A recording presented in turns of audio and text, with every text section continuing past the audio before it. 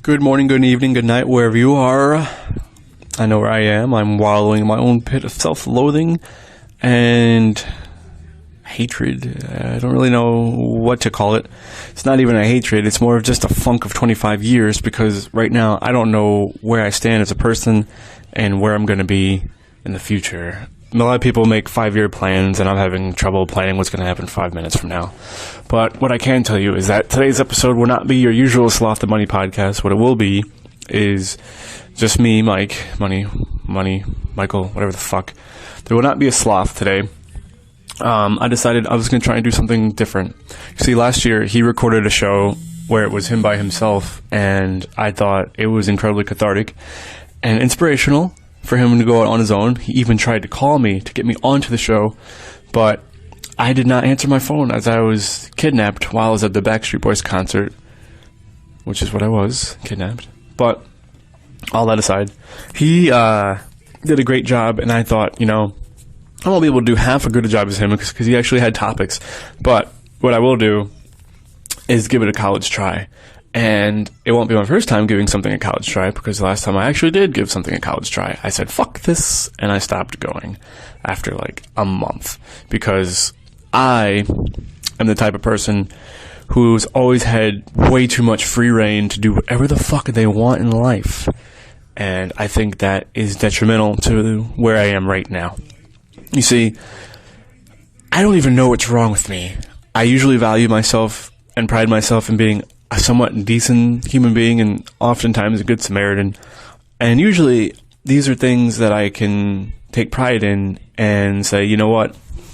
I did this, I did that, and it made me a better person.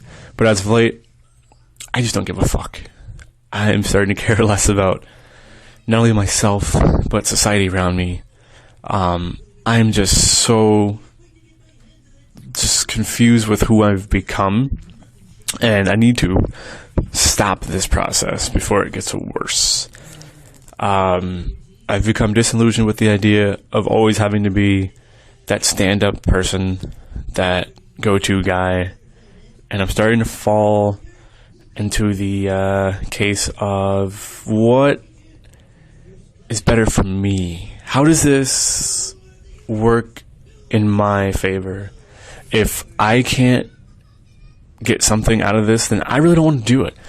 Whether that be a favor or just helping someone. Case in point, just yesterday, I don't know what came over me. This is not like me at all, which is why I'm here talking about this. But yesterday, I was at the Rite Aid with my fiance, and there was this cracked out looking black guy as we're walking inside, and he was like standing away from the sidewalk, and as we approached, he got closer to us, and I'm like, oh, here we go, great. Keep in mind, I wasn't really feeling it at this point in time. I just wanted to get what we had to get and get home. With Sunday, I just want to relax. We were going to watch The Wolf of Wall Street. I just wanted to have just me and her time, We start walking to Rite Aid, and this guy walks up to us. He's like, hey, man, can you help me jumpstart my car? And I'm like, no thanks, man, I can't help you with that. And usually, that would usually be the end of a conversation, especially when someone's asking you for something. And, I mean, in my defense, I don't trust this guy. He looked completely bummy. I don't know him. I really didn't feel like it was advantageous for me to go out and do something like this for this guy. And keep in mind, a younger version of me would have had no qualms with helping someone. But I'm 25 now, and I just don't always see the benefit of helping complete strangers, because usually they either want something in return, or something bad happens in the end. The story does not end there. He said, come on, can you please help me? I can pay you. I have a 1-year-old son in the car. Now, it's not the dead of winter, and it's not a snowstorm, and it's not even particularly cold at this given point in time. It's starting to warm up. Spring has actually arrived. But I still said no. And I went into the store, and I then began to justify why I didn't help him for all the reasons I've previously stated. I don't know if I can even justify it a day later. I don't necessarily feel bad, though. I don't know. Like, have you ever had an instance where you didn't want to help someone, but looking back on it, you probably should have? But in hindsight, I don't feel bad about not helping him, but I do question where I stand as a person, because at the very least, I should feel guilty about it. There's a lot of things that are just bottled up inside of me right now, and many of them I can't even put into words. And I wish that I could, so someone could tell me what's wrong with me. I'm not angry. I'm not even sad or depressed, but there's not an emptiness, but there is something that's not full either. Imagine that you're walking on a sidewalk and it's pristine, it's brand new, never been touched before, they just put it in. And then as the days go by, with each step, more and more cracks start to form, you know? And then eventually, it just cracks down the center, and you don't know why it cracked, because nothing's standing on it, and there's no pressure on it, but all of a sudden you start to feel a tension, and you start to lose a grip of who you are as a sidewalk in the world. And that's what's happening. That's what's happening to me. I am slowly becoming more of a recluse. I'm slowly distancing myself more from my friends. God knows I don't talk to my family. I turned off my Facebook, turned off my Instagram. I haven't uploaded anything to social media in over 2 weeks. I often find ways to get out of social events, like hanging out with friends. When I do hang out with friends, I only hang out with a few select ones, because there's some I just don't feel like getting involved with. Nothing against them. There's always X factors and intangibles when it comes to hanging out with certain people, and I would rather not deal with those.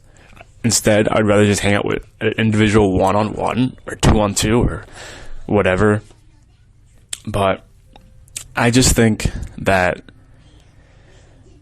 I need to find out what is bothering me, and I'm hoping this will be the right path of how to get jump-started on getting better, because I don't know who I am, and that's not fun. Usually I can conclude with, hey, I'm depressed, you know, seasonal depression, or hey, I'm heartbroken, this has happened in this relationship, or hey, I'm lonely, I don't have a girlfriend right now, or anything like that. I've been engaged for like 4 years. We've been going out together for nearly 8. So it's not a relationship thing. It's not a loneliness thing. I usually do get seasonal depression, but that's not even going on right now. If anything, I might be unfulfilled at where I am in life. And I'm actually doing better this year than I was last year. And by the end of last year, I was doing fine. And now I'm doing better. And the year before that, in 2012, I was doing pretty bad. But as the years move along, I'm improving where I am, like, with my jobs. And I say jobs because I don't necessarily have a career. College dropout thing. But this job is actually going to open up a door for me to get a bachelor's, which is amazing. And fingers crossed, I won't even have to have too big of a loan debt because of it, and I can actually get a bachelor's in something I enjoy, which is English. And I really hope that pans out, because that will be another door opened that years from now I could close, but I will feel more fulfilled in life. But that's all here, nor here nor there. I don't know where I am presently, and I need to get there in order to find out where I'll be in the future, if that makes any sense. Because really what I'm doing is I'm just mumbling to get past the kid in the background who's ruining this. He's not a participant, and I really wish he'd just shut the fuck up, quite honestly. which is another reason that I'm recording this today, because that was kind of the straw that broke my back.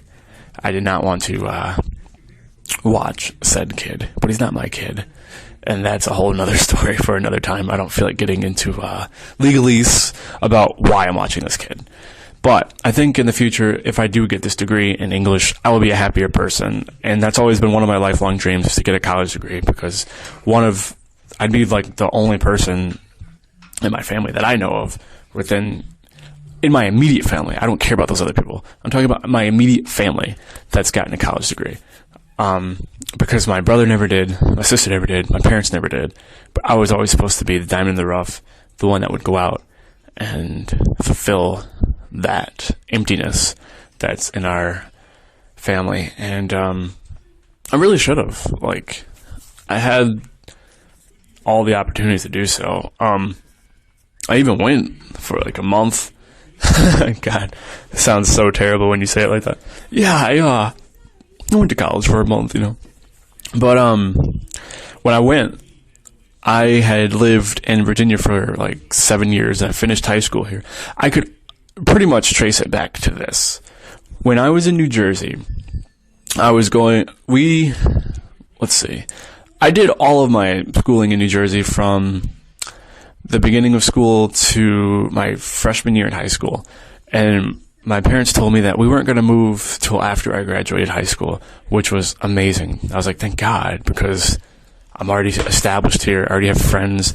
I'm doing really well. Like, I'm making honor roll, and I have a bright future in these school systems here, because, it was a good part of New Jersey. It wasn't the shit parts.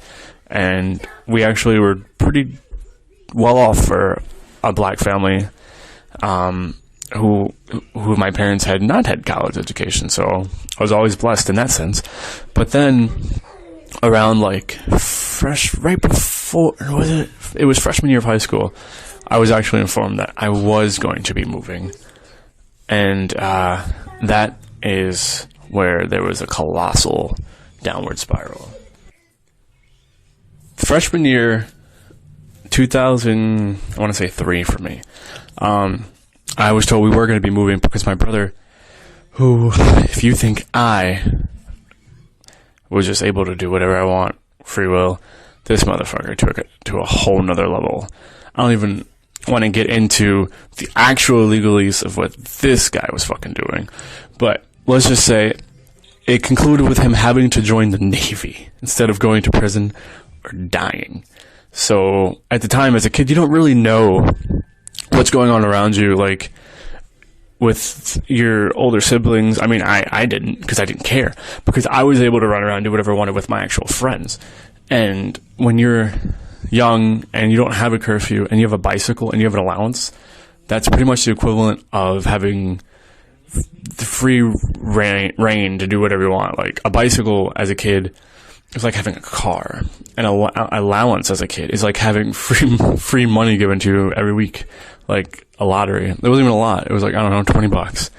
But what the fuck? You can make $20 last a long time if you don't have bills, and you ride a bike around so you don't have to pay for gas, and you pool your money with your friends, and you can actually cause some fucking mayhem, which I could get into on another show, but that's not really intended for today. But he was doing this on a grander scale because he had a car and he had a job, so he had more money, and he had fucked up friends who were pretty much a catalyst for making his future just not bright, because the things that they were getting into, goddamn. So we actually all moved from New Jersey to Virginia in the middle of my freshman year of high school, and that is the downfall of why I became disenchanted with the idea of continuing to do well in school and wanting to get good grades and wanting to go to a nice college, because I felt like I was lied to. And for years this has bothered me. It still bothers me, but I've accepted the fact that if we didn't do this as a family, I may not have a brother at this point. But that's always messed with me mentally, because had I stayed where I was, I would have been much better off. I would have actually gone to a nice school and I would have had a better future. But that's not guaranteed. And it's actually really selfish of me to put all of the blame on everybody else and not accept any of it myself. Because God knows that just because you live in an environment doesn't make you destined for success. You also have to put in the work. Like, one of my lifelong dreams was always to break that mold and be the one who did get through the system and move on and actually graduate from high school and then get a college degree, because that's something I always wanted to do. But, and there's still, there's still time. I'm 25 and I feel like I'm 50. But I am aware that I'm not getting any younger, and that as more time goes on, I'm losing not so much I'm losing hope that I'll actually follow through with dreams as I get older, and that scares me, because aging in and of itself is terrifying, and it's not something I enjoy doing. The years go by so fast. The story I just told started when I was 15, and that was 10 years ago. But I can remember like it was yesterday. But at breakneck speeds, the years just fly by, and they do not slow down. And as you get older, people say you age faster. And that's something I can definitely say is true. Sorry if this is somber. I'm usually more upbeat, but I don't have it in me today. I just don't. But I'm hoping that tomorrow and the next day and the day after that it will. But as of right now, I don't. We initially started doing this whole podcast because our friend Rob Kaufman said, hey, why don't you guys do a podcast? I can get you on regular radio. Do a couple hours a week. He was doing like 3 hours a day or something like that back then. And I think that's pretty admirable. So we started doing we tried to do 2 a week, but that was next to impossible. So we figured that once we got a season's worth of shows, we could get it onto the network. And I think we had 1 or 2 left to go. And we had it planned to record one night after I got out of work, but Sloth had helped someone move their air conditioner or something, and I was devastated. I was so devastated. We had put in so much work, many long nights in a garage around 2 in the morning recording a podcast where we heard people screaming outside and literally heard gunshots and people getting into fights and probably being robbed and mugged and raped and pillaged and plundered while we recorded our show. And that one show we didn't get recorded left us off the network. And then since then, Rob has gotten off of the unregular radio network, and I think he's going to end up starting his own, and maybe we could do something with him still. But had we gotten on, who knows what could have happened. And here we are, just lost in the doldrums of YouTube. And sure, we have an actual show on iTunes, but really, who knows who we are? It's more that we record these for fun as opposed to for fame. I was telling my friends over dinner the other day, yeah, well, I mean, I have a show on iTunes. I have a podcast on iTunes, but it's not really all that glamorous. And they were like, what's not that glamorous? The show or being on iTunes? I said both, because no one knows who the fuck we are. We're not even pseudo-celebrities in our own minds, which is good because we're not full of shit, but we do know that we are not even blips on the radar. We're like the missing Malaysian flight. No one knows where the fuck we are and who we are. And I say that jokingly, and it's way too soon to be making jokes about that, but that's the type of person I am. I don't really care, like, anymore. Because after a certain point, I just stopped caring. The fact that I think that they are not telling us what they know, and I feel as if they're covering up something. God forbid the government covers up something that the public is supposed to know. Oh my fucking God, the terror and the lies and the treachery and the deceit and everything. Oh my God. And people are jumping from the buildings. Oh my God, they're jumping out of the buildings now. Yeah. So I feel like this whole thing is some kind of a cover-up. But it doesn't mean that the people that are presumed dead don't matter. It just is more of to show that there's something seriously fucked up with me. And I'm desensitized because I don't care as much as I should. But we didn't get on. And I love that segue. Well, this plane's probably missing and all these people are probably dead, but my podcast didn't get on this radio network, and that was really unfortunate. So, yeah. That one show kept us off the network, and it bothered me. And we figured we'd go out on our own and try and do this thing on our own and venture off on our own and do it on our own and independently go and knock on doors and hand out flyers and get business cards and try and make it on our own and market our own thing. Sloth and Money Radio, Listen In Podcast with your hosts, Vicious Vic Sloth and Mike Money. But we didn't do it. And there's still time for us to do it because we're still on iTunes. But once again, as more time goes on, I find myself feeling like it's just not going to get done. And I think that we need to find a new outlet because just a podcast of us talking about bullshit doesn't seem to be the way to go. I think we're going to try and do some top 10 lists and do that for fun. And we're probably going to get a capture card and do some Let's Play videos and maybe some video game reviews. And just do that for fun. Because again, we're not in it for money or for fame. It's just something we want to do and entertain. And if we can do that, that's great. Because at the end of the day, whether 3 people listen to our podcast or 300, we always feel a sense of accomplishment, and we always feel good after we do it. It is, in fact, cathartic, which is why I'm recording this now. And it's rewarding. You feel like you actually accomplished something, so goddamn, let's kind of keep that going, you know?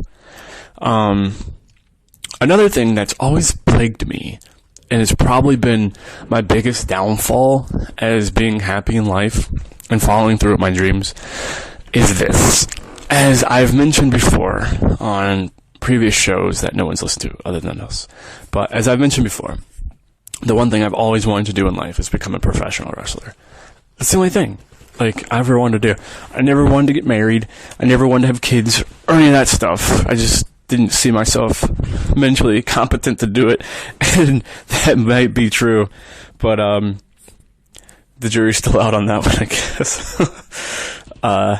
But to be a pro wrestler was the only thing I've ever, since I was a kid. I never wanted to do anything else. I never wanted to be like Mike, even though I am Mike. But all these people wear Jordans, and I don't give a fuck about that. I'd rather wear the Macho Man Randy Savage shoe, quite honestly. But it's fucking disgusting. Just Google that. Google Macho Man Randy Savage shoe. It's fucking atrocious. But I would still probably wear it because of my overwhelming love for wrestling. I've gone to the training school a couple times. I went to one when I was about 17, or I wasn't 18 yet, so I was probably about 16, 17.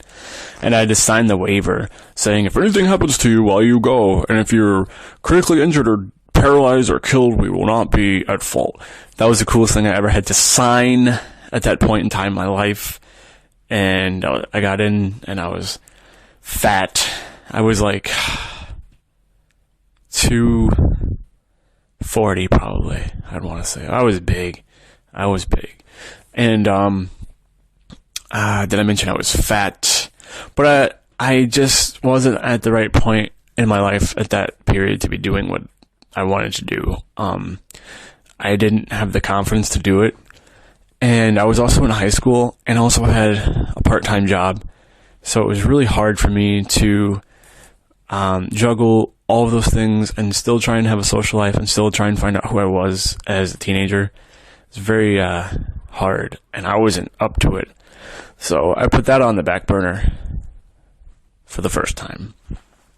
Fast forward to 2012, and 2012, and I'm about, I must have been 23, about to hit 24, and I start going to another school, and now I'm a full-fledged quote-unquote adult with a full-fledged quote-unquote job, and still lacking confidence, but I am weighing a lot less at this point. I was probably weighing in at about 200 on the regular, maybe like 195. Went through a couple months, but then ended up stopping again. But by the time I was finished, I got down to about 185, which is a plus in and of itself. And this time the training actually was going pretty well. It was just that I had to drive so far away, and that probably makes me sound like a complete pussy, and I know, trust me, I've been following wrestling forever. I know the horror stories of people having to train and what they've had to do just on weekend trips to not only get to shows, but to train. And I wasn't up for it at the time. I don't know if I'm up for what I was doing then now, because I had an office job. So I'd leave my office job, working 8 hours, whatever, and then go, nap for a half hour or whatever, then drive an hour and a half to training, then train for 2 hours, then drive an hour and a half back, then do whatever I had to do that night, and then get up in the morning. I wanted to do it 2 times a week, but it was very mentally exhausting. Physically, sure, it hurt, but I think it was more of a mental drain than anything, and my living arrangement at the time wasn't ideal. I was actually staying with we were staying with my girlfriend's family in upstate New York, and that was rough. It was very hard. We were in this closed-in space, and it was very claustrophobic, and there's a lot of animals and a lot of drama that year. So those are other factors that have just been weighing in on me then, and made me want to one day I just stopped going. Just like the other school, one day I had gone to the dentist, at the first time around, and I was sedated and I couldn't make training that night. So I called them. I was like, I'm not going to make it. And then I never went again because the idea of having so much more free time than I was having at that period in my life was really fun. And this time, fast forward, like I was saying, to the second time I trained, I was at a dinner the night I was supposed to be at training, and I called them and I told them I'm not coming. But it was because I didn't want to go, because I had given up on myself, which is a reoccurring theme in my life. I will go through periods of confidence, and then I will just go through periods where I stopped believing in myself, and this was one of those periods. And the head trainer called me, and he tried to talk me into coming back, and he's saying everyone liked me, and I could do really well. Some things I believed he said were true, and some things I was just, I believe it was genuine, and I believe that he did want me to come back, but I didn't have the confidence in myself at that period to go back. And that was the second time I stopped. And